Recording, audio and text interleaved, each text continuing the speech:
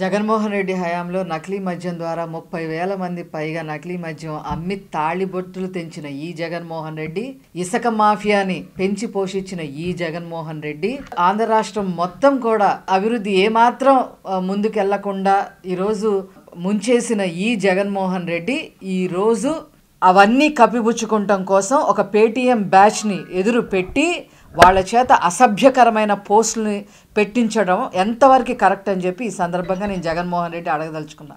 ఎంత దారుణమైనవి అంటే వ్యక్తిగత హననం. వాళ్ళ తల్లిని వదిలిపెట్టలా, చెల్లిని వదిలిపెట్టలా, మేడం భువనేశ్వరి గారిని వదిలిపెట్టలా, ఎవరిని కూడా వదిలిపెట్ట, చివరికి బడుగు బలహీన వర్గాల లాంటి మాలాంటి వాళ్ళని కూడా వదిలిపెట్టకుండా వాళ్ళ చేత అసభ్యకరమైన పోస్టులు పెట్టించటం అసలు జగన్మోహన్ రెడ్డికే చెల్లుబాటైంది.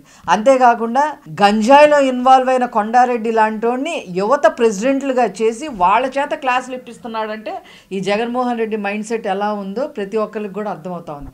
కానీ ఏదైతే ప్రజలు జగన్మోహన్ రెడ్డిని కూకటి వేళ్లతో తీసి మొన్న ఎలక్షన్లో పక్కన పడేశారో అదేవిధంగా మీ పేటీఎం బ్యాచ్ను కూడా ఈ ప్రభుత్వం ఊరుకోదు. కూకటి వేళ్లతో సహా తీసి పెకిలించి వాళ్ళకి సరైన ట్రీట్మెంట్లు ఇవ్వటమే కాకుండా వాళ్ళు మళ్ళీ ఇలాంటి పనులు చేయకుండా ఉండే విధంగా చర్యలు తీసుకోవడం తథ్యం అని చెప్పి ఈ సందర్భంగా తెలియజేస్తాను. ఇప్పుడు కూడా సోషల్ మీడియాలో అసభ్యంగా పెట్టారు. నేను ఒక అతన్ని కూడా అరెస్ట్ చేశారు. పోలీసుల పైన దాడి చేయకపోతే వాళ్ళ తమ్ముడిని కూడా అరెస్ట్ చేశారు. అంటే ఎక్కడా కూడా వాళ్ళకి అదుపు లేని విధంగా జగన్మోహన్ రెడ్డి తయారు చేశాడు.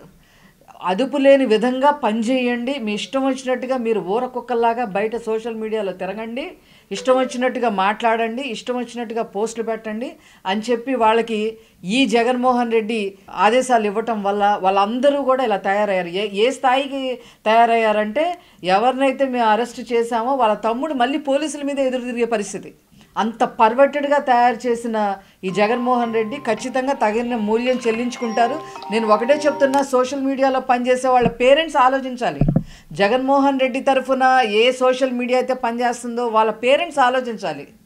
ఉచ్చం నీచం లేకుండా మీ పిల్లలు ఈ జగన్మోహన్ రెడ్డి బారిన పడి నాశనం అయిపోతున్నారు అని చెప్పి వాళ్ళకి క్లాసులు పీకి వాళ్ళని ఖచ్చితంగా సరైన దారిలో పెట్టాల్సిన అవసరం కూడా వాళ్ళ తల్లిదండ్రికి ఉంది అని చెప్పి ఈ సందర్భంగా నేను తెలియజేస్తున్నాను.